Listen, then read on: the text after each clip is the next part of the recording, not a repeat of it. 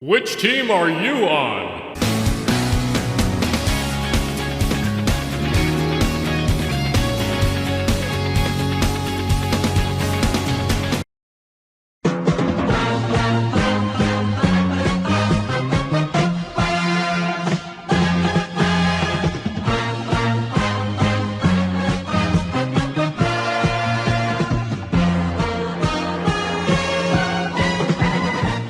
So if you were to ask me, what are the two most similar American cities when it comes to sort of the layout and the vibe? And that would be Philadelphia and Chicago. I live in Philadelphia, so it's the city I know best, but sometimes it's really nice to go and visit another city. It's especially nice to go visit another city because you can compare and contrast a lot of the small things that never get talked about, like road design, transit, and kind of usability of the city itself. In the end of June, I had a 4-day trip to Chicago. I wasn't able to record as much as I wanted with the limited amount of time that I was there, but I was able to see many friends and experience a lot of things in Chicago that made me think about Philadelphia and compare and contrast in my mind how things could be better in each. So let's talk about the first things that you encounter when you arrive to a city, especially if you're flying into a city long distance.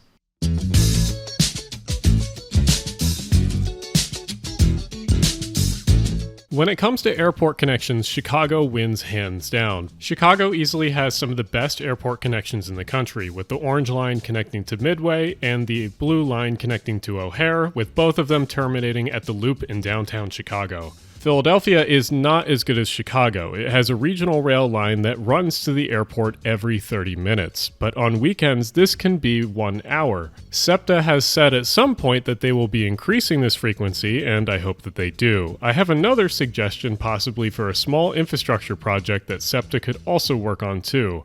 The 36 trolley stops just north of the Eastwick Regional Rail Station on the airport line. SEPTA should eventually extend this to meet at the Eastwick station and extend it to the airport so that people can commute on it for working at the airport too. But speaking of regional rail to get to the airport, let's also talk about Chicago's regional rail, or commuter rail, which is metra. I've already done a video on metra and you can check that out here, but most of the points that I've made in that video still stand to today. Metra hasn't changed much in the past few years. Anyway, for as much shit that I give Metra, it is very impressive the operations that they run on some of the lines. Yeah, it's only once an hour, but it's still impressive how far they go out compared to other commuter and regional rail systems in the country.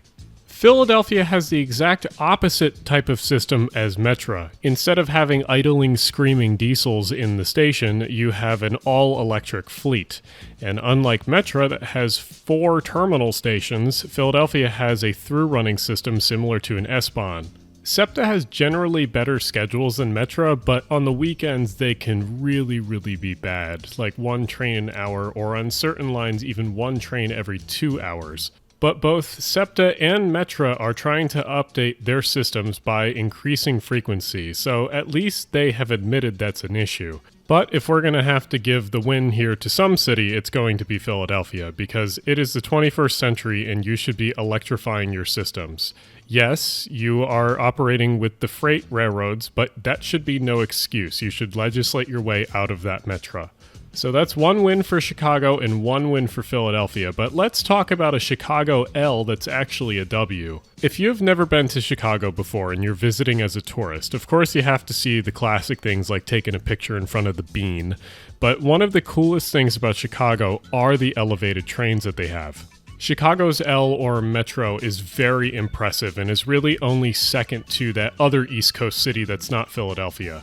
Chicago's system is one of the best in the country. A lot of people have complaints about the Blue Line, but that's a topic that I will be covering in the future because there's a lot to unpack about the Blue Line in general. Chicago, just like Philadelphia, has a ton of density around its stations, so even if the system isn't perfect, the density of Chicago's neighborhoods give you a place to go once you leave a station. This is in stark contrast to many newer American cities which are building out housing at the moment, but still have giant parking lots surrounding transit stops. Philadelphia, just like Chicago, still has a ton of density around its metro stops, so even if the metro and subways aren't in the perfect conditions, they still get ridership because there's density there. Chicago still wins this though because they have such an expansive system compared to Philadelphia. But say you don't want to ride the metro or L, what else is there usually in a city to talk about? Well, let's talk about bike lanes. Both Philadelphia and Chicago have a piecemeal set of bike lanes. They're incomplete and they don't really connect to each other very well when they go neighborhood to neighborhood, district to district. I unfortunately wasn't staying in Chicago long enough to test out a lot of these bike lanes and a lot of these trails, but I can definitely say from what I saw that Chicago has better stuff in their downtown than Philly does. That's less of a praise for Chicago and more of an insult to Philadelphia. I always say that if Philadelphia didn't exist, Chicago would be the place that I would want to live or would live. But there are two main reasons why I don't think I'd ever move to Chicago over Philadelphia. The first is that there's only a small number or handful of cities that have small or human scale streets in the United States. And out of those handful, there's only a couple that are actually affordable enough to live in. Chicago does have some neighborhoods with very narrow streets, but it's not that consistent, and there are very large streets consistently throughout Chicago. On the other hand, Philadelphia is the opposite. It has very consistently small streets throughout the city, especially Center City, South Philly, and West Philly. There are larger streets in Philadelphia like Market, Broad, JFK, and Washington Ave, but they are the exception, not the rule. Narrow or human-sized streets are awesome, and it's really cool to live in a city that has a lot of them. If you want to know more information about why they're so good, I have a video about them here. But the basics are that you can cross the street in a short amount of time and not have to worry about being in the street itself. Anyway, the second reason why I have a tough time leaving Philadelphia is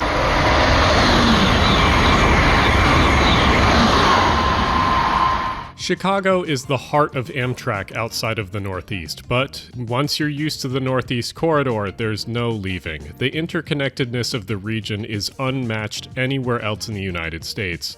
And this isn't only about Amtrak. Even if we shit on these agencies sometimes, the connectedness of all of the Northeast with major transit hubs is insanely important for the region. It's actually easy to live car-free in the Northeast because of all of these different services. Not only trains, but buses too. I wouldn't be able to visit my family if it wasn't for these services. Could I live in Chicago easily? Yes, 100%. But part of the problem is that once you're used to something very good, like the transit in the Northeast, you kind of have a hard time living away from it. Even then, I would kill for having an L or metro system like Chicago's in Philadelphia, because Philadelphia's system is woefully inadequate for covering all of the city. In the future, I see Chicago improving in the connectivity issues, mainly with intercity services becoming a lot better with Amtrak expanding and improving a lot of the current services. Seeing the Lincoln service actually hit its top speed along its entire route has been really refreshing. And I really hope that more things like it, especially a train to Milwaukee and Madison, gets completed at 110 the entire way. If I were to restore a service, it would be the Broadway Limited, so that there was actually a singular train between Chicago and Philadelphia. Also, not only that, but we need to upgrade the Pennsylvania Main and take it over from Norfolk Southern. The entire thing should be faster and electrified. Do the actual plan that the actual Pennsylvania Railroad wanted to do back in the early 1900s. But maybe that's the topic and rant for a future video. If you want me to make a city comparison in some other video, let me know down below. Otherwise, thank you to my Patreons for supporting these videos. I'll see you guys in the next one.